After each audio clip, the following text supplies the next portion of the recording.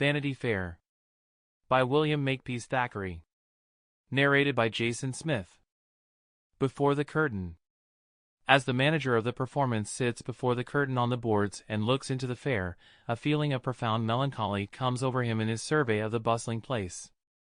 There is a great quantity of eating and drinking, making love and jilting, laughing and the contrary, smoking, cheating, fighting, dancing and fiddling. There are bullies pushing about, bucks ogling the women, knaves picking pockets, policemen on the lookout, quacks, other quacks, plague take them, bawling in front of their booths, and yokels looking up at the tinsel dancers and poor old rouge tumblers, while the light-fingered folk are operating upon their pockets behind.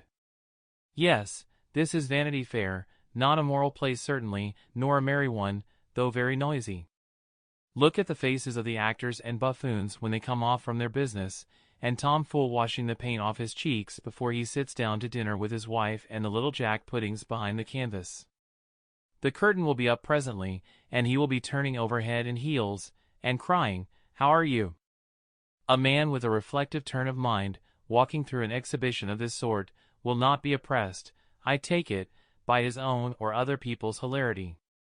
An episode of humor or kindness touches and amuses him here and there, a pretty child looking at a gingerbread stall, a pretty girl blushing whilst her lover talks to her and chooses her faring, poor Tom Fool, yonder behind the wagon, mumbling his bone with the honest family which lives by his tumbling, but the general impression is one more melancholy than mirthful.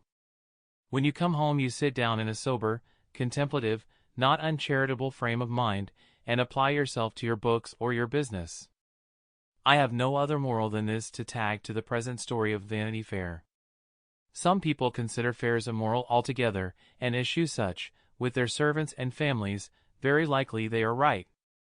But persons who think otherwise, and are of a lazy, or a benevolent, or a sarcastic mood, may perhaps like to step in for half an hour, and look at the performances.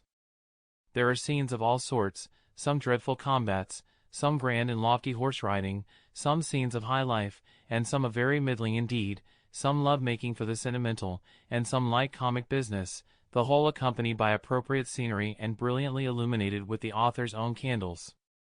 What more has the manager of the performance to say, to acknowledge the kindness with which it has been received in all the principal towns of England through which the show has passed, and where it has been most favorably noticed by the respected conductors of the public press, and by the nobility and gentry?